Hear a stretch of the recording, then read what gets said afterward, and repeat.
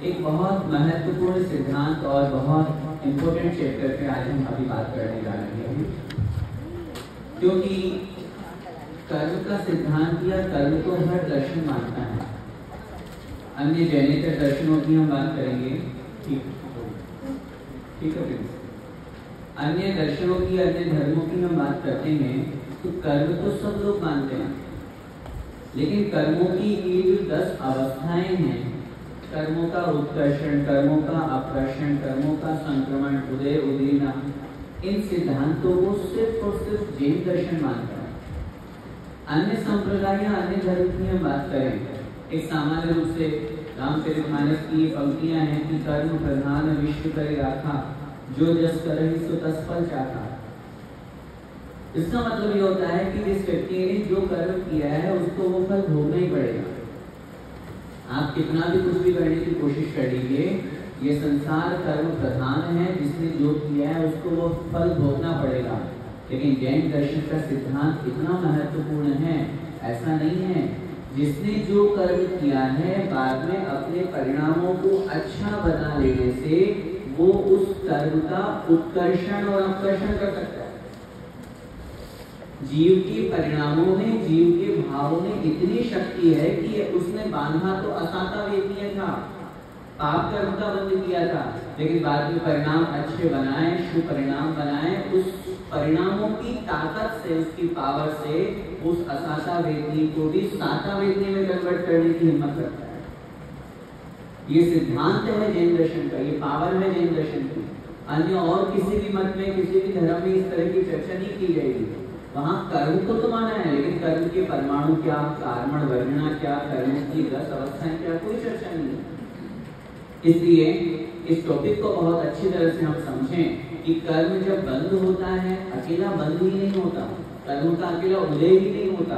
कर्म बंद होने के बाद जब हमारी आत्मा के साथ में रहता है तो बहुत बार ऐसा होता है कि आत्मा में बैठा बैठा कर्म भी हमें फल दे रहा है। मैं कह रहा हूँ आपको कुछ विचित्र बातें समझ में आएगी। अभी तक तो अपन समझते थे कि कर्म का उदय होने पर ही हमें फल मिलता है, जब कर्म का उदय आएगा तो फल मिलेगा। लेकिन यहाँ ये कहेंगे कि कर्म आत्मा में बैठा हुआ है, अभी उदय नहीं आया। सत्य जिसको अपन कहते हैं, कर्म का सत्य है लेकिन फिर भी हमें फल मिल रहा है। तीर्थंकर प्रकृति का कर्म, तीर्थंकर प्रकृति का उदय होता है 13वें स्थान में, और यहाँ अभी बालक गर्भ में नहीं आया, उसके 6 महीने पहले रक्तदृष्टि हो रही है। किसके कारण से? तीर्थंकर प्रकृति की सत्ता के कारण से। तो ऐसे बहुत सारी चीजें हैं। जैसे कल अपन एक विषय समझा था, जिसने नरकायु का, तिरेचायु का, मनुष्यायु का बंध कर लिया, उसके व्रत लेने के भाव नहीं होते, वो व्रत नहीं ले सकता। तो कर्म अभी उदय में नहीं आया, अभी सिर्फ उसने कर्म का बंध किया है, तो भी वो कर्म ऐसा फल उसको दे रहा है, ये कहलाता है कर्म का सत्य। तो ऐसी 10 अवस्थाएं होती है। आइए देखते हैं। कर्मों का बंध जीव स्वयं करता है, स्वयं ही भोगता है। कर्मों की अवस्थाएं कौन कौन सी है, उसका वर्णन इस अध्याय में है। पहला प्रश्न, कर्मों की 10 अवस्थाएं कौन कौन सी होती है? उत्तर, सबसे पहला है बंध। बंध में इन्होंने 2 प्रकार से इनका परिभाषा यहाँ पर बताइए। बंधो नाम दुभाव परिहारेण एयत्तावत्तो, अर्थात वित्त का त्याग करके एकत्व की प्राप्ति का नाम बंध है। क्या मतलब हुआ? वित्त का मतलब यह 2 चीजें, आत्मा और कर्म, ये 2 चीजें हैं, अलग अलग हैं, लेकिन वित्त का त्याग करके, 2 को छोड़ करके जहाँ एकत्व भाव हो जाता है, जहाँ एक वस्तु हो जाती है। आत्मा और कर्म अलग अलग हैं, लेकिन जब कर्म का बंध होता है आत्मा में, तो आत्मा और कर्म दोनों मिल गए, एक में हो गए। जैसा कल हमने कहा था, एक क्षेत्र होता है दूध में पानी। दूध में पानी मिला देने से जिस जगह पर दूध है उस जगह पे पानी भी है, दोनों भिन्न भिन्न नहीं है। जैसे हमने अपने हाथ के ऊपर हाथ रखा तो ये तो 2 अलग अलग हो गए, इसके ऊपर ये। जैसे दर्पण के ऊपर मिट्टी, धूल मिट्टी के कण आए और दर्पण पे चिपक गए, तो ये तो ऊपर से चिपके हैं। ऐसा कर्म का बंध नहीं होता, ऐसे कर्म नहीं चिपकते हमारी आत्मा से। हमारी आत्मा से जो कर्म चिपकते हैं, आत्मा से जो कर्म का बंध होता है, वो होता है एक में, दूध में पानी की तरह। दूध में जैसे पानी मिला दोगे, जिसे आचार्य ने नाम दिया एक क्षेत्रावगार। इस बात से समझिए द्वित्व नहीं होकर के एकत्व हो गया, दो अलग अलग नहीं होकर के वो एक पदार्थ हो गया। जैसे अगर हम अभी इसकी बात करें, ये कौन है, तो उत्तर मिलेगा ये आत्मा और शरीर दोनों की मिली जुली संयोगज पर्याय है, अलग अलग नहीं है। कहने को आप कह सकते हो शरीर अलग है आत्मा अलग है, कहाँ है अलग, दिखाओ उनको करके, वो तो मरण होगा तभी दिखा पाओगे। लेकिन अभी की इस अवस्था को क्या नाम दोगे, अभी ये दोनों एक हैं, एक रूप हो रखे हैं, इसका नाम है बंध। दूसरी अपेक्षा से बात करेंगे तो पुद्गल द्रव्य अर्थात कार्बन वर्गणा का कर्मरूप होकर आत्म प्रदेशों के साथ संश्लेष संबंध होना बंध है। तीन प्रकार के बंध हुआ करते हैं, संश्लेष संबंध, तादात्म्य संबंध और संयोग संबंध। सबसे पहला है संश्लेष संबंध, एक में एक रूप होना, दूध में पानी की तरह जो संबंध बनता है वो कहलाता है संश्लेष संबंध। दूसरा होता है तादात्म्य संबंध, तादात्म्य का मतलब होता है तद्रूप आत्मस्वरूप होना, अर्थात गुण और गुणी का जो बंध होता है, संबंध होता है, जिसे अलग नहीं किया जा सकता। जैसे गुण हो गया ज्ञान दर्शन और गुणी हो गया आत्मा। आत्मा में से क्या ज्ञान दर्शन अलग हो सकता है? आप कितना भी कोशिश कर लो ये बंध अलग नहीं हो सकता संबंध। और तीसरा होता है संयोग संबंध। संयोग संबंध का मतलब होता है जैसे गाय की गले में रस्सी, बाहर से जो ऊपर से जो संयोग बन गया है वो कहलाता है संयोग संबंध। तीन प्रकार के संबंध में से कर्म और आत्मा का संबंध कौन सा संबंध होता है? संश्लेष संबंध, जो है तो एक में लेकिन जिसे अलग किया जा सकता है, जो है तो एक में लेकिन अलग किया जा सकता है। तादात्म्य संबंध जो है एक में और अलग नहीं किया जा सकता। और संयोग संबंध जो सामने प्रत्यक्ष अलग अलग दिख रहे हैं और अलग अलग होते ही नहीं है फिर भी बंधे हुए हैं, वो कहलाता है संयोग संबंध। कर्मों की 10 अवस्थाओं में यह प्रथम अवस्था है और बंध के बाद ही अन्य अवस्थाएं प्रारंभ होती हैं। ये बंध कहाँ तक होता है? गुणस्थान 1 से 13 तक। 13वें गुणस्थान में अरिहंत भगवान के भी कर्मों का बंध होता है। क्यों होता है? क्योंकि आश्रव है। आश्रव क्यों है? योग के कारण से। छठे अध्याय में आचार्य उमा स्वामी महाराज ने लिखा काय वांग मन कर्म योग है, स आश्रव है। मन वचन काय की चंचलता का नाम योग है और उस योग के कारण से आश्रव है। इसलिए जहां तक योग है वहां तक आश्रव। 13वें गुणस्थान का नाम है संयोग केवली, इसलिए वहां आश्रव बंध होता है। आगे दूसरी अवस्था का नाम है सत्व। कर्म बंध के बाद और फल देने से पूर्व बीच की स्थिति को सत्व कहते हैं। जब तक कर्म उदय में नहीं आया तब तक आत्मा के साथ में वो बना रहा, उसका नाम है सत्व। सत्व काल में कर्म का अस्तित्व रहता है पर सक्रिय नहीं होता। जैसे सत्ता में, उसे सत्ता में भी कह सकते हैं। जैसे औषधि खाने के बाद वह तुरंत असर नहीं करती किंतु कुछ समय बाद प्रभाव दिखाती है, वैसे ही कर्म भी बंधन के बाद कुछ काल तक सत्ता में बना रहता है और बाद में फल देता है। इसका नाम है सत्व।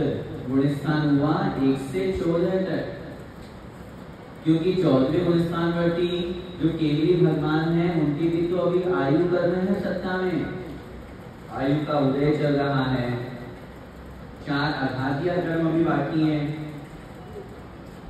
4 अघातीय कर्मों का नाश कब होता है? 14वें गुणस्थान के अंतिम समय में। जब आप पढ़ोगे सिद्धांत की बात तो 63 प्रकृतियों का नाश करके अरिहंत अवस्था प्राप्त हुई। और क्यों ना जयमाला में, देवशास्त्र गुरु की जयमाला में, कर्मन की 63 प्रकृति नाश। टोटल प्रकृतियां कितनी है? 148। 148 में से 63 गई तो कितनी बची? 85। तो ये 85 प्रकृतियां जो है ये 14वें गुणस्थान के अंतिम 2 समय में नष्ट होती है। आचार्य ने लिखा उपान के समय में अर्थात सेकंड लास्ट टाइम में 72 प्रकृतियां और अंतिम समय में 13 प्रकृतियों का नाश करके और फिर मोक्ष की प्राप्ति होती है। तो कहने का तात्पर्य ये है 14वें गुण स्थान में भी कर्म का सत्व होता है। तीसरा उदय, द्रव्य क्षेत्र काल और भाव के अनुसार कर्मों का फल देना उदय कहलाता है। कर्म जो फल देते हैं ये द्रव्य क्षेत्र काल भाव के अनुसार देते हैं। अभी हम पंचम काल में हैं तो हमें कर्म वैसा फल देंगे, और अगर चौथे काल में पैदा हो जाते तो कर्म का फल वैसा होता। अभी पंचम काल में है, आयु मैक्सिमम 120 वर्ष की है, तो कर्म वैसा ही उदय में आएगा। चौथे काल में पैदा होते आज भगवान के समय में तो आयु होती पूर्व कोटि में, आयु होती पूर्व में लाखों करोड़ों वर्षों में। ऐसे ही सभी कर्म लगाना चाहिए। दूसरा, आबाधा पूर्ण होने पर निषेध रचना के अनुसार कर्मों का फल प्राप्त होना उदय कहलाता है। गुण स्थान 1 से 14। आबाधा क्या कहलाती है? आबाधा का मतलब होता है कर्म बंद होने के बाद वो कर्म कब तक उदय में नहीं आएगा, उस टाइम पीरियड का नाम है आबाधा। जैसे एग्जांपल समझिए, आपने 25 तारीख को इंटरव्यू दिया किसी सर्विस के लिए किसी कंपनी में, आप इंटरव्यू में पास हो गए, अब आपको सर्विस ज्वाइन करनी है तो सामने से ऑर्डर मिला आप 1 तारीख से ज्वाइन करेंगे। क्या हुआ इसका मतलब? आपके 5 दिन की सर्विस की आबाधा है। आपको सर्विस तो मिल गई, लेकिन ज्वाइन कब करोगे?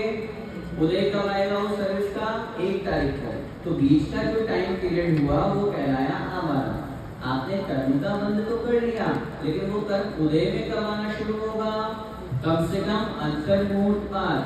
आचार्य ने लिखा, एक कोड़ा कोड़ी सागर का अगर कर्म बांधा है तो उसकी आबादा होती है 100 वर्ष की। 100 वर्ष पहले वो कर्म उदय में नहीं आएगा। एक कोड़ा कोड़ी सागर का यदि कर्म का बंध किया है तो उसकी आबादा होती है मिनिमम 100 वर्ष की। नियम है ये, मतलब तो सिद्धांत है। जैसे आप कर्मों की जब स्थितियां पढ़ेंगे, कौन से कर्म की क्या स्थिति होती है, तत्पार्थ सूत्र जी के 8वें अध्याय में वहां उन्होंने लिखा मोहनी कर्म की सप्तति, अर्थात 70 कोड़ा कोड़ी सागर मोहनी कर्म की स्थिति है। अब कोई 70 कोड़ा कोड़ी सागर की स्थिति का मोहनी कर्म का बंध करता है तो वो उदय में कब आना शुरू होगा? 7000 वर्ष बाद में। ये आचार्य ने नियम बनाया है, एक कोड़ा कोड़ी सागर की आबादा 100 वर्ष की होती है। अंतः कोड़ा कोड़ी सागर की मतलब कोड़ा कोड़ी सागर से अंदर अंदर की कर्म किसी प्रकृति का बंध किया है तो उसकी आबादा अंतर्मुहूर्त की होती है। भुज्यमान जो आयु है, बद्धमान आयु की आबादा कितनी होती है? शेष भुज्यमान आयु। क्या मतलब हुआ? हमने अगली आयु बांधी, उदाहरण हमने अगली आयु बांधी देव पर्याय की। वो देव पर्याय की आयु उदय में कब आएगी? जब हमारी ये आयु पूरी होगी। तो जो हमारी आयु चल रही है उस आयु को हम कहते हैं भुज्यमान आयु, भोगते हुए। और जो आयु हमने बांधी है वो आयु कहलाती है बद्धमान आयु। तो आबादा का मतलब कर्म उदय में कब आएगा, उसके बीच का जो टाइम पीरियड है वो कहलाती है आबादा।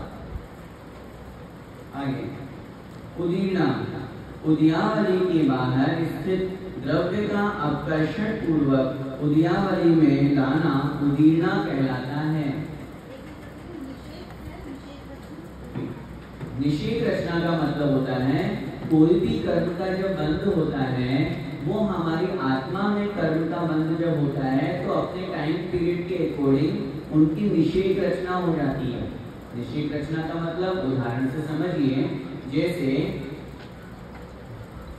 एक टंकी सामने रखी हुई है और उसमें नल लगा हुआ है और आगे टोंटी लगी हुई है।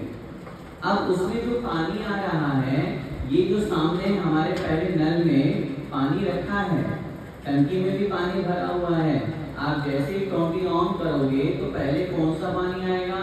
जो नल में है, जो पाइप में है, ठीक है, और फिर उसके बाद में अगला आएगा। ऐसे ही हमारे कर्मों में ऐसी शक्ति होती है जब कर्म का बंध हुआ। जैसे एग्जांपल समझिए, हमने अभी कर्म का बंध किया 100 वर्ष का, तो जो हमारे आत्मा के साथ में पहले से कर्म बंधे हुए हैं उनका प्रति समय उदय आता जा रहा है। तो 100 वर्ष का टाइम पीरियड जहाँ होगा वो हमारा कर्म वहां जाकर के आत्मा के साथ में लग जाएगा, जिसे हम कहते हैं निषेक रचना। निषेक रचना का मतलब कर्म का बंध जिस स्थिति में होता है उस स्थिति में उस क्रम से आगे पीछे वो कर्म परमाणु कारण वर्णाएं लग जाती है, वो कहलाती है निषेक रचना। यहाँ पर एक शब्द का प्रयोग आया है उदीर्णा में, उदयावली। उदयावली का मतलब होता है ये जो पाइप हुआ ना अपना, अभी टंकी का अपन एग्जांपल लिया, तो पाइप में जो पानी भरा हुआ है उदय में पहले ये आएगा। उदयावली का मतलब होता है कर्मों में जो अंतर मुहूर्त में उदय में आने वाले कर्म हैं वो पहले लाइन से लग जाते हैं। जिन कर्मों का उदय आना है उन कर्मों के उदय की एक रचना हो जाती है, उस रचना का नाम है उदयावली। जैसे अभी हमने आपको बताया, ऊपर जो पानी रखा हुआ है टंकी में ऊपर ही ऊपर, वो पानी पहले टंकी के माध्यम से नहीं आएगा। कौन सा पानी आएगा? जो पाइप में, वो खत्म हुआ तो फिर उसके नीचे से अगला पानी आता जाएगा। ठीक है, उदयावली की रचना। अब यहाँ उदीर्णा कह रहे हैं तो ये लिख रहे हैं उदयावली के बाहर जो उस पाइप से बाहर जो है शेष जो अन्य कर्म हैं वो कर्मों का अपकर्षण पूर्वक उदयावली से पहले उदयावली में लाना उदीर्णा कहलाती है। मतलब वो जो पाइप जहाँ से शुरू हो रहा है उसके बाद वाला पानी ही उस पाइप में आएगा, क्योंकि पहले वाला निकलता जा रहा है तो उसके जस्ट पास में जो पानी है वही पहले लाएगा, उदय में आएगा या उस पाइप के अंदर आकर के और फिर टोंटी के माध्यम से निकलेगा। लेकिन उदीर्णा का मतलब होता है ऊपर का पानी या ऊपर का द्रव्य उस पहले वाले को छोड़ के ऊपर से पहले से ही उदयावली में आएगा। इसको अपन कहते हैं जिसका नंबर अभी कर्म के उदय का नहीं आया उस कर्म का अपकर्षण करके उसको घटा करके उसकी स्थिति को पहले ही उदयावली में ले आए, और जो उदयावली में आया है वो कर्म का उदय तो आ ही रहा है, आने ही वाला है। इसका नाम होता है उदीर्णा। समझ में आया? उदय का मतलब सामान्य जनरल प्रोसेस, जो जिसका टाइम खत्म हुआ वो उदय में आकर के फल देती है, ये हुआ उदय। और उदीर्णा का मतलब जिसका अभी टाइम उदय का नहीं था लेकिन उसको पहले ही आकर्षण करा करके वो उदयावली में ले आए, उसका नाम होता है उदीर्णा। हाँ, लाइन तोड़ के आगे बिल्कुल। उदय तो हो रहा है लेकिन उदय में एक विशेष प्रोसेस हो गई। वो पहले बाद में उसका नंबर था 50वें नंबर का, उसने अपनी पावर दिखा करके बोला मुझे पहले जल्दी जाना है और 8वें नंबर पे आके लग गया ताकि मेरा नंबर पहले आ जाएगा। नहीं, वो तो कंटिन्यू आए रहे हैं, उनके पीछे जहाँ 9वें नंबर पे दूसरे व्यक्ति का नंबर आना था उसके पहले उसका आ जाएगा। तो जो उदय में जनरल प्रोसेस चल रही थी कि भाई क्रम से 7 नंबर आना है, उसमें वो पहले वाला वो कर्म आकर के और फिर निकल जाएगा। इसको हम कहते हैं उदीर्णा। हाँ, अच्छे कर्म की भी उदीर्णा होती है, बुरे कर्म की भी उदीर्णा होती है। अपने को पता नहीं लगता, ये जितनी भी स्थितियां अपन पढ़ रहे हैं ये बहुत सूक्ष्म है। अपने को नहीं पता लगता है कि मेरे उदीर्णा किस कर्म की हुई, क्या हुई। अभी अपन समझेंगे एग्जाम्पल से, तब अपने को थोड़ा बहुत समझ में आ सकता है। अदरवाइज अपन सोचें कि मैं उदीर्णा कर दूं या उदीर्णा हो जाए। जैसे एग्जाम्पल समझिए, आचार्य ने लिखा आपको भूख लग रही है, असाता वेदनी कर्म की उदय चल रहा है, असाता वेदनी दुख हो रहा है, बड़ा विकल्प हो रहा है, भूख लग रही है। अब उस समय आपके उपवास भी है और उपवास के साथ में आपको किचन में भोजन भी बनाना है, मेहमान भी आ गए घर में, तो क्या होगा? अब आपके क्षुधा रूप जो कर्म रूप में है, भूख रूप जो असाता वेदनीय कर्म है, उदय के साथ उसकी उदीर्णा हो जाएगी। उदीर्णा हो जाने का मतलब अब आपको वस्तु देख करके और अधिक भोजन ग्रहण करने की इच्छा तो हुई, कर नहीं रहे हो क्योंकि उपवास उसमें तो आप दृढ़ हो, लेकिन जो इच्छा हुई तो कर्म का अभी तो सामान्य उदय चल रहा था, अब आपके उस वस्तु को देख करके, भोजन को देख करके जो इच्छा जागृत हुई, उससे वो जो बाद में तक हृदय में आने वाला था, वो निमित्त पाकर को हृदय में आकर के निकल गया, उदीर्णा में ऐसा है। पुरुषार्थ देखिए, सामान्य रूप से यहाँ पुरुषार्थ बाहरी रूप में, तपस्या आदि रूप में नहीं है, क्योंकि उसको निर्जरा नाम दिया गया है। लेकिन उदीर्णा क्योंकि उदय में आने से पूर्व की अवस्था का नाम है। उदय में नहीं आया, वो उदयावली में पहुंचाया उसको। उदयावली मतलब अंतर्मुख वाली जो लाइन बनी हुई है उसमें पहुंचाया। अगला, आबादा काल के पूर्व कर्मों का उदय में आ जाना उदीर्णा है। जैसे देखो क्या कह रहे हैं, कोर्ट में गए, आपकी फाइल नीचे रखी थी, उसका नंबर शाम तक आता, आपने 50 रुपए दिए अर्थात पुरुषार्थ किया और आपकी फाइल 12 बजे आ गई।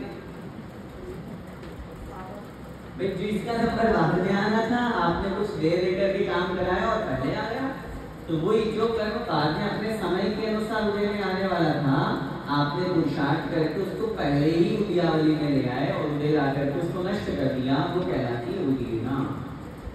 गुणस्थान 1 से 13।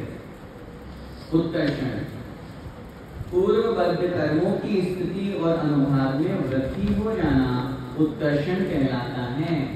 हमने पहले कोई कर्म बांधा था, बांध लिया, बांधने के बाद में हमारे परिणामों में उसकी विशुद्धि कम हुई या कुछ हुआ, ज्यादा हुई, तो हमने जो कर्म बांधा था उसकी स्थिति और बढ़ गई, उसका जो अनुभाग माने फल देने की शक्ति है वो और बढ़ गई। उत्कर्षण का मतलब होता है बढ़ना, वृद्धि होना।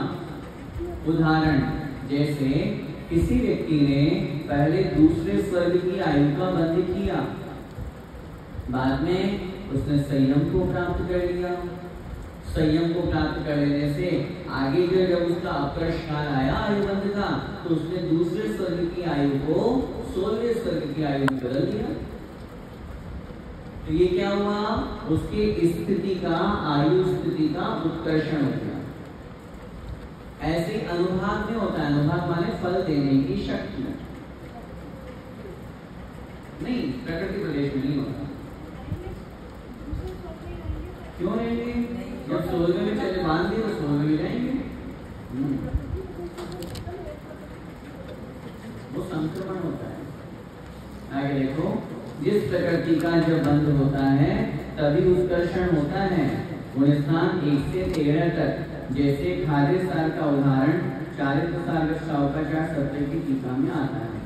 यदि उदाहरण हमें स्मरण नहीं है, लेकिन उत्कर्षण का मतलब ये समझना चाहिए कि जहाँ कर्म प्रकृति जो हमने कर्म का बंध किया है उसमें वृद्धि हो जाना उत्कर्षण कहलाता है। आगे अपकर्षण, पूर्वबद्ध कर्मों की स्थिति व अनुभाग में हानि का होना या कमी होना अपकर्षण कहलाता है। यह अपकर्षण कभी भी हो सकता है। जैसे राजा श्रेणिक ने 33 सागर की आयु का बंध किया था, बाद में क्षायी सम्यक दर्शन के परिणाम से 84,000 वर्ष की आयु कर ली, अर्थात शेष आयु का अपकर्षण कर लिया। गुणस्थान 1 से 13।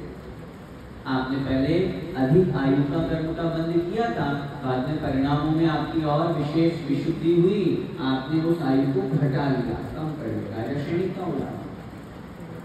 अब इन सिद्धांतों से ये समझिए कि हमारे यहाँ प्रायश्चित और प्रतिक्रमण की कितनी सुंदर व्यवस्था है। आलोचना, निंदा, गर्भा, प्रायश्चित, प्रतिक्रमण ये व्यर्थ नहीं है।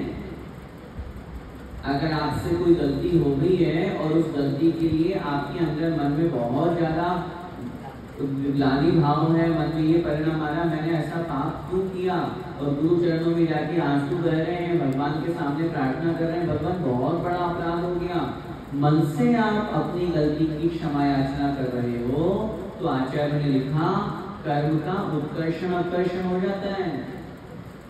राजा श्रेणी के साथ यही तो हुआ।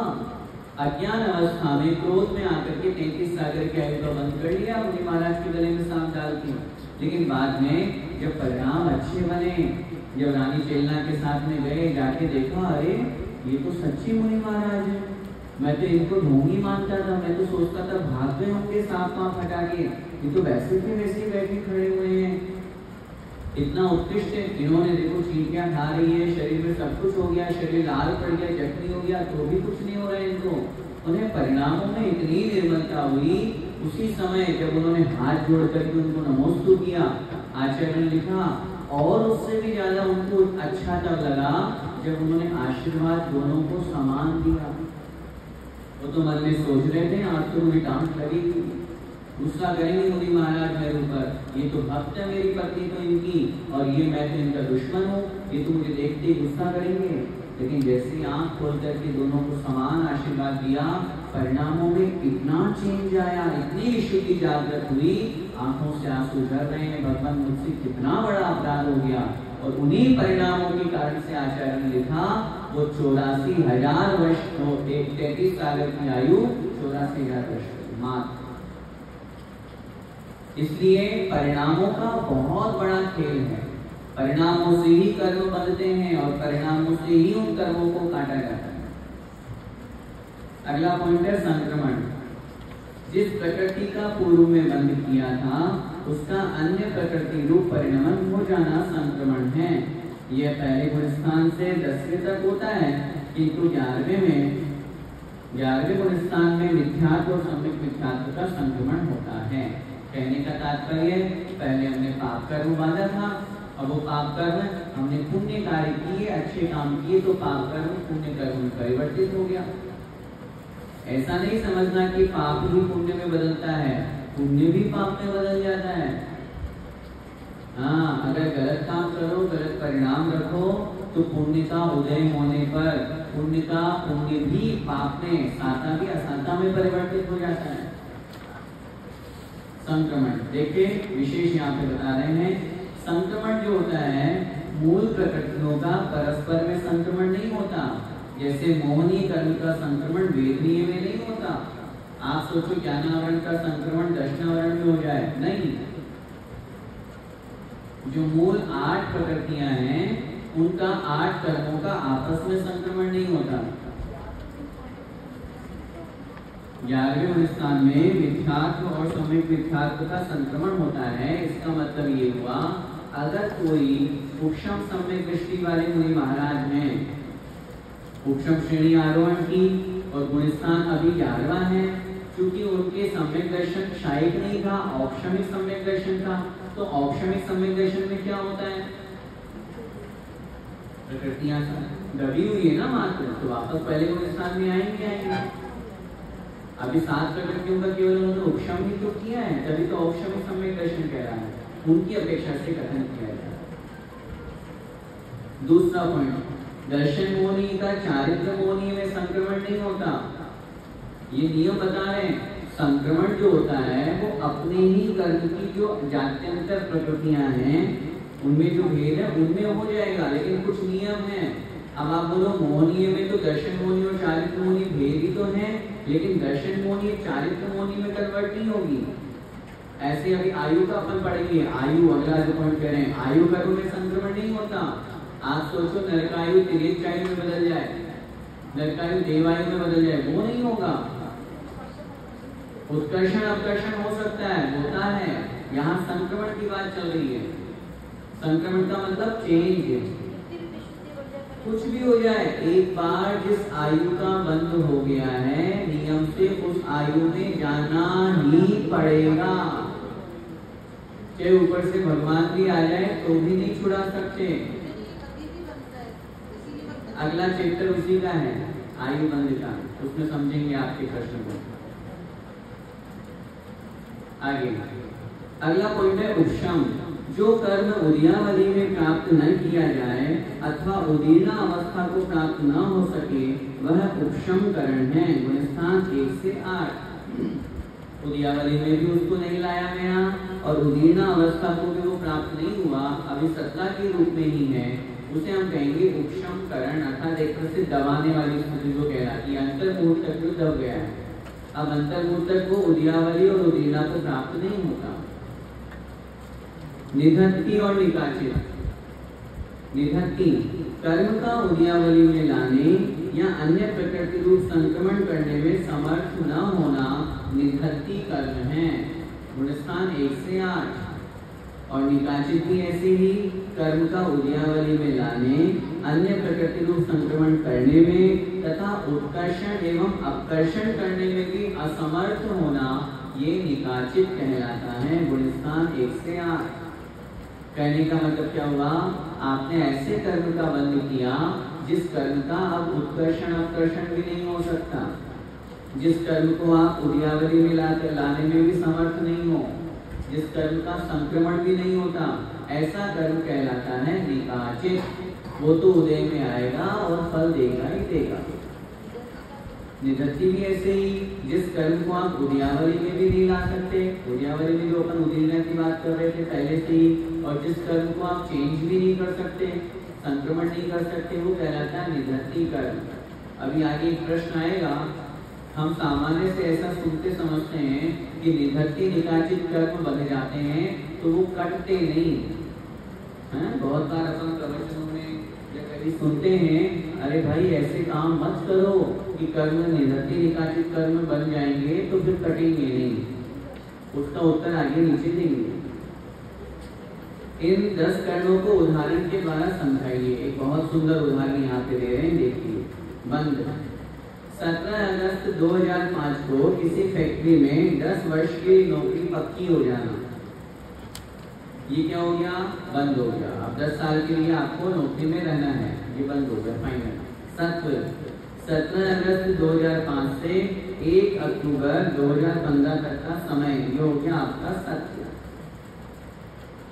उदय 2 अक्टूबर 2005 से नौकरी का जाना प्रारंभ हो जाना। उदय में आना शुरू हो गया ना नौकरी इसलिए।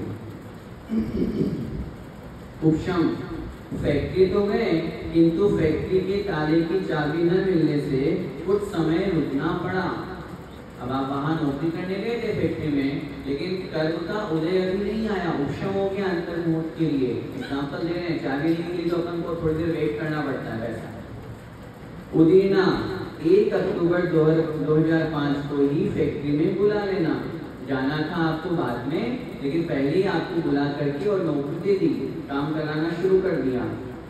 अपकर्षण 10 वर्ष की नौकरी मिली थी, किंतु बाद में 9 वर्ष की कर दी आपके काम को देख करके। ये अपकर्षण हो गया, घट गया, कम हो गया। उत्कर्षण 10 वर्ष की नौकरी मिली थी, लेकिन बाद में उसको 11 वर्ष की कर दी, ये हो गया उत्कर्षण, वृद्धि होना। संक्रमण फैक्ट्री के मालिक ने इस फैक्ट्री से दूसरी फैक्ट्री में भेज दिया, दूसरी ब्रांच में ट्रांसफर कर दिया, ये हुआ संक्रमण, चेंजेस। निधत्ति न 1 अक्टूबर 2005 से नौकरी पर गए, न मालिक ने दूसरी फैक्ट्री में भेजा, यथा समय गए और यथा समय रहे। निधत्ति कर्म ऊपर पढ़ा था ना अपन ने, जो संक्रमण भी नहीं होता, उदीर्णा भी नहीं होती, जैसा है वैसा फल भोगना पड़ेगा, जैसे हो वैसे हो, ये कह रहा है निधत्ति। निकाचित न 1 अक्टूबर 2005 से नौकरी पर गए, न मालिक ने दूसरी फैक्ट्री में भेजा, न ही नौकरी 9 वर्ष की हुई और न ही 11 वर्ष की हुई, अर्थात कर्म सही समय पर सही स्थान में सही समय तक चलता रहा। इसका नाम होता है निकाचित। निधत्ति और निकाचित एक जैसे लग रहे हैं, लेकिन निधत्ति में उत्कर्षण अपकर्षण हो सकता है। निधत्ति में उत्कर्षण अपकर्षण हो सकता है, लेकिन निकाचित में नहीं होगा, ये अंतर। क्योंकि निधत्ति और निकाचित की परिभाषा में आप देखोगे तो निधत्ति में ये नहीं लिखा कि उत्कर्षण अपकर्षण होने में असमर्थ है। समझ में आई मेरी बात? निधत्ति में ये नहीं लिखा कि उत्कर्षण अपकर्षण नहीं होता, हो सकता है, लेकिन निकाचित में नहीं होता। ये दोनों में अंतर है। ठीक है? क्या निधत्ति निकाचित कर्म का फल भोगना ही पड़ता है?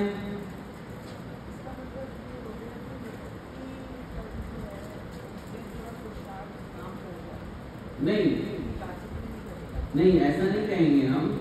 निधत्ति और निकाचित दोनों में पुरुषार्थ वहां उस अपेक्षा से, क्योंकि निधत्ति में उत्कर्षण अपकर्षण नहीं होता, निकाचित में हो जाता है। इसका मतलब कर्म में जो ऐसी स्थिति बन गई है, अगर आप थोड़ा विशुद्धि बनाएंगे तो जो निकाचित कर्म बंधे हुए थे उनका उत्कर्षण या आकर्षण हो सकता है, निवृत्ति का नहीं होगा।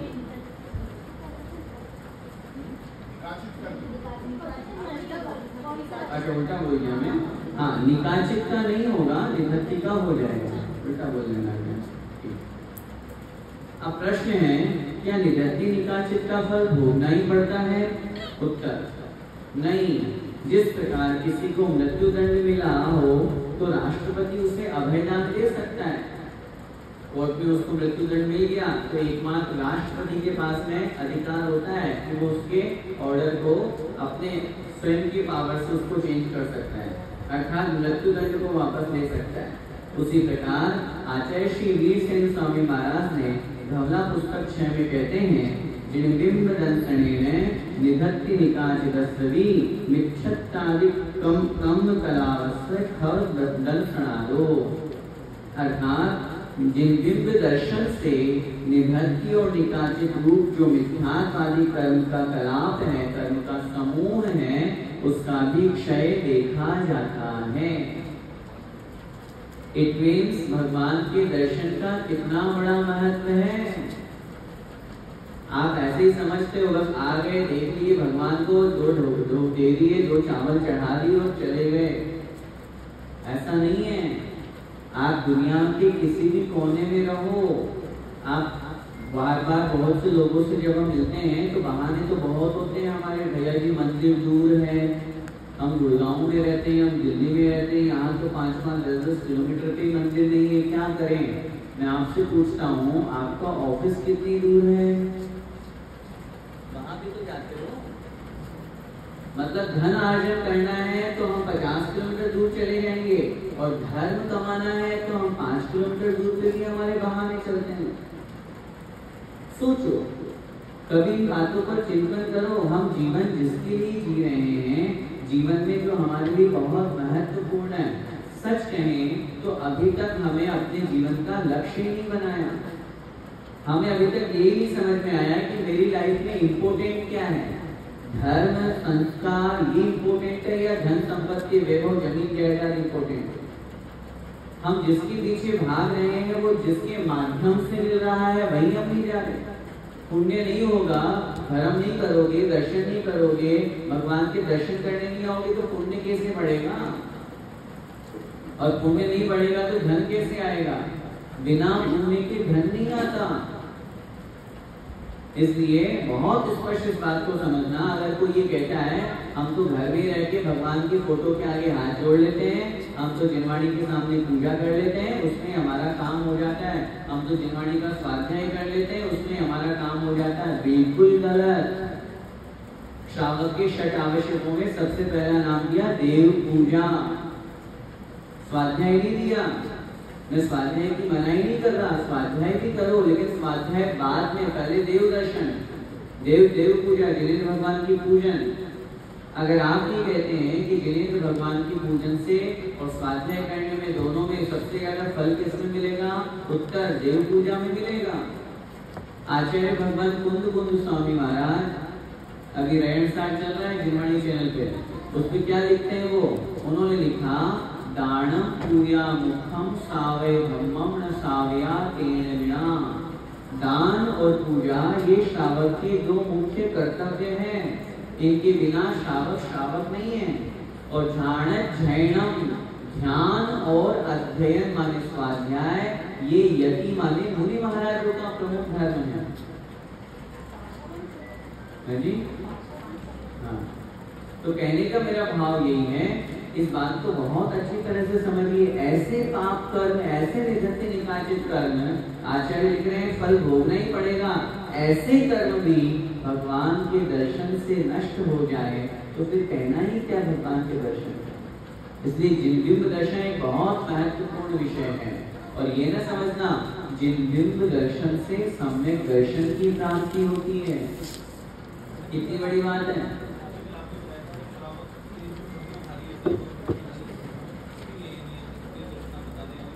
नहीं, हमने कब कहा?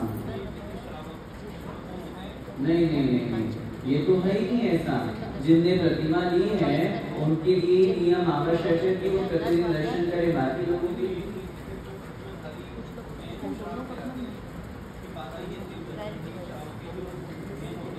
ठीक समझ लिया आपके प्रश्न को। ये महानुभाव पूछ रहे हैं, कल जो चर्चा आई थी उसमें आपने कहा था श्रावक तो वो कहलाते हैं जो प्रतिमाधारी होते हैं। अभी आप जो कह रहे हो कि श्रावक का मुख्य कर्तव्य है गणेश भगवान के दर्शन और पूजन करना, पूजन और दान देना। यहाँ श्रावक से सामान्य श्रावक ग्रहण करना है। एक शब्द जो होता है उसके अनेक रूप में अर्थ लिए जाते हैं। जहाँ हमने कल निवेदन किया था मुनि आरिका श्रावक श्राविका, कल हमने आपको बताया था ना कि वहाँ श्रावक से कौन सा श्रावक लगाना, मुनि आरिका श्रावक श्राविका में शुल्लक दिए लगे, वहाँ प्रतिमाधारी भी नहीं आ रहे हैं। सामान्य रूप से देश प्रति जो होते हैं वो प्रतिमाधारी को हम श्रावक कहते हैं, और जो दीदी लोग होती हैं प्रतिमाधारी उनको श्राविका भी कहते हैं। सामान्य हम जो गृहस्थ हैं, जो देनी श्रावक हैं, वो भी श्रावक कहलाते हैं। बोलने में आता है, व्यवहार में शास्त्रों में लिखा है हम देनी श्रावकों को ऐसा करना चाहिए, तो वहां वो कर्तव्य जैसे अष्टभुजों का पालन श्रावकों का कर्तव्य है। इस तरह से चर्चा की गई है।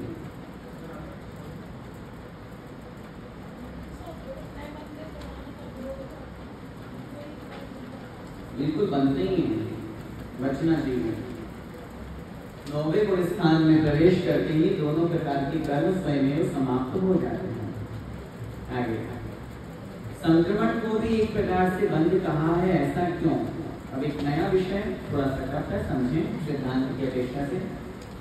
कर्म बंध तो बंध के दो भेद हैं, अकर्म बंध और कर्म बंध। जो कारण वर्गणाओं में अकर्म रूप से स्थित परमाणुओं का ग्रहण होता है वह अकर्म बंध है। क्या मतलब हुआ?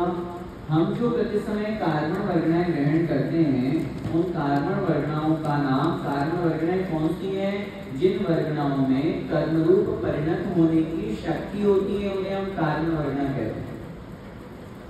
जो वर्गणाएं कर्म रूप में बदलने की सामर्थ्य रखती है उन्हें उन वर्गणाओं को नाम देते हैं कारण वर्गणा। यहाँ कह रहे हैं कारण वर्गणाओं में अकर्म रूप से स्थित परमाणुओं का ग्रहण हो जाता है। जब कारण वर्गणा हम ग्रहण करते हैं तो उसमें कुछ ऐसे भी परमाणु ग्रहण होते हैं जो कर्म रूप में परिणत नहीं होते, उसको हम कहते हैं अकर्म बंध। सामान्य रूप से नौकर्म वर्गणा रूप में परिवर्तित हो जाते हैं। शरीर आदि जो बनता है हमारा, शरीर की जो पर्याप्तियां बनती है उस रूप में ग्रहण हो जाते हैं। दूसरा कर्मबंध अर्थात कर्म रूप से स्थित पुद्गलों का अन्य प्रकृति रूप में परिणमन होना कर्म बंध है, और इसी से संक्रमण को भी बंध कहा है।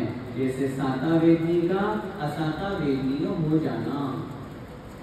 और ये संक्रमण की जब अपन बात करते हैं तो आचार्य ने लिखा जिनेंद्र भगवान की भक्ति स्तुति करने से कितनी बार ऐसा होता है कि हमारा असाता वेदनी रूप जो पाप कर्म है वो साता वेदनी रूप बदल जाता है। जितनी भी भक्ति, जितनी भी स्तुति, जितनी भी विधान पूजा हम करते हैं उन सबका एक ही लक्ष्य है। आचार्य मानतों स्वामी महाराज ने 48 सालों में बंद कर दिया उनको, भक्तामृत स्तोत्र की रचना की, आदिनाथ भगवान की स्तुति की। क्या हुआ? असाता वेदनी है, साता में बदल गया, 48 साल टूट गए, बाहर आ गए। मैना सुंदरी के ऊपर इतना भयंकर कष्ट पति और 700 कोड़ियों के साथ में रहना पड़ रहा था।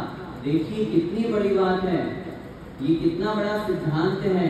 श्रीपाल राजा स्वयं विधान नहीं कर सकते थे, उनको तो कुष्ठ रोग हो रहा था, लेकिन अनुमोदना का भी कितना बड़ा पुण्य है। अपनी पत्नी मैना सुंदरी ने उनको आश्वस्त करके या उनकी भावना के अनुसार सिद्धों की आराधना की। गंधोदक का प्रभाव, भगवान की भक्ति, सिद्धों की आराधना का प्रभाव और दूर हो गया। जो असाता वेदनी का उदय चल रहा था वो साता में कन्वर्ट हो गया। दुनिया में सीता की बहुत ज्यादा निंदा हो रही थी। रावण के घर इतने दिन रह के आई है, धोबी के कहने पे लोग निंदा कर दिए, बाहर निकाल दिया, सब कुछ कर दिया। अब अग्नि परीक्षा लेनी है, पाप कर्म का उदय चल रहा है, भगवान की भक्ति स्तुति की और जैसे अग्नि में प्रवेश किया तो अग्नि जल बन गया। असाता वेदनी है या पाप कर्म पुण्य में परिवर्तित हो गया।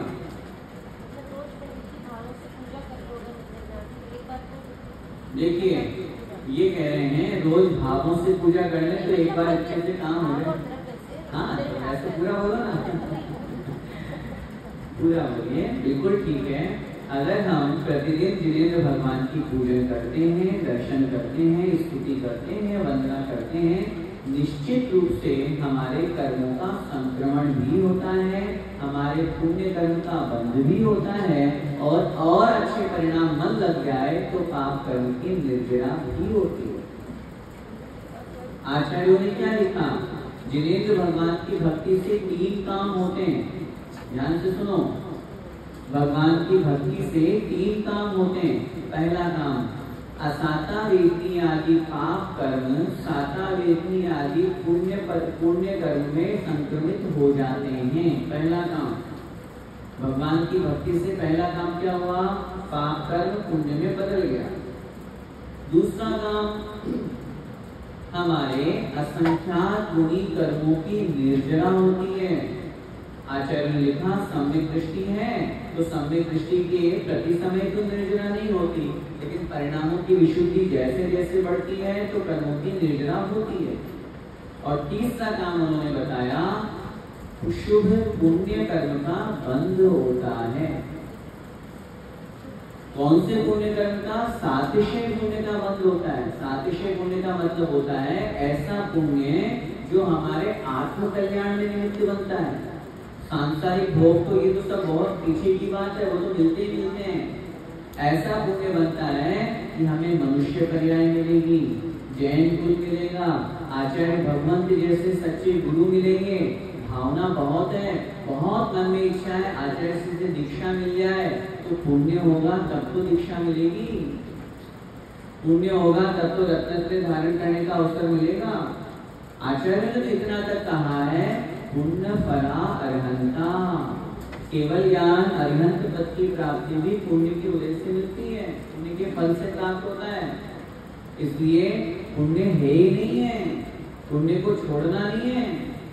एकांत पक्ष वालों के द्वारा पुण्य और पाप को एक जैसा बता करके पुण्य की क्रियाओं से दूर होने की बात की जाती है। कहाँ लिखा है? यहाँ तो हर जगह लिखा है पुण्य कमाओ, जितना पुण्य बढ़ाओगे उतना हमारे लिए अच्छा होगा।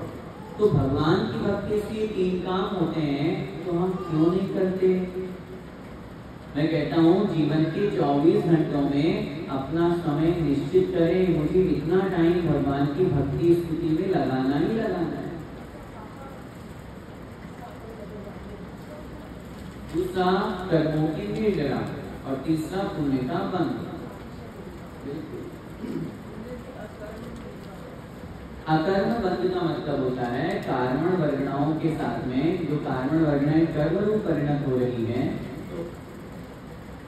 जो कार्मण वर्गणाएं कर्म रूप परिणत हो रही है वो तो कर्म बंध रूप में हो गया, लेकिन उन वर्गणाओं के साथ में और भी वर्गणाएं जो हम ग्रहण करते हैं, क्योंकि ऐसा नहीं है कि हम सिर्फ कार्मण वर्गणाएं ग्रहण करते हैं, हम नौकर्म वर्गणा भी तो ग्रहण करते हैं, हम मनोवर्गणा भी तो ग्रहण करते हैं, हम आहार वर्गणा भी तो ग्रहण करते हैं। इस अपेक्षा से उनको कहा वो जो बंध हो रहा है वह कहलाएगा अकर्म बंध, क्योंकि वो कर्म रूप में परिणत नहीं हो रहा। अगला, उत्कर्षण एवं अपकर्षण को भी संक्रमण में क्यों गर्भित किया गया है? उत्तर, अपकर्षण एवं उत्कर्षण में भी कर्म रूपता का त्याग किए बिना ही स्थिति अनुभाव रूप में पुनः बनते हैं, अतः अपकर्षण उत्कर्षण को भी संक्रमण में गर्भित कर लिया गया है। क्या मतलब हुआ?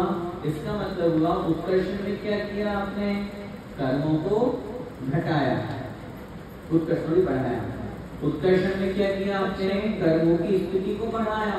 तो कर्म वहां भी थे और जो बढ़ाया वहां भी कर्म थे, तो वो एक तरह से कर्म में ही तो चेंज हुआ ना। 2 सागर की आयु आपने 12 सागर की कर ली, तो कर्म में ही चेंज हुआ। ऐसे ही अपकर्षण 33 सागर की आयु आपने 84,000 वर्ष कर ली, तो कर्म में ही तो चेंज हुआ ना। तो एक अपेक्षा से उत्कर्षण अपकर्षण को भी संक्रमण रूप में लिया जाता है, ये यहाँ पर बात है।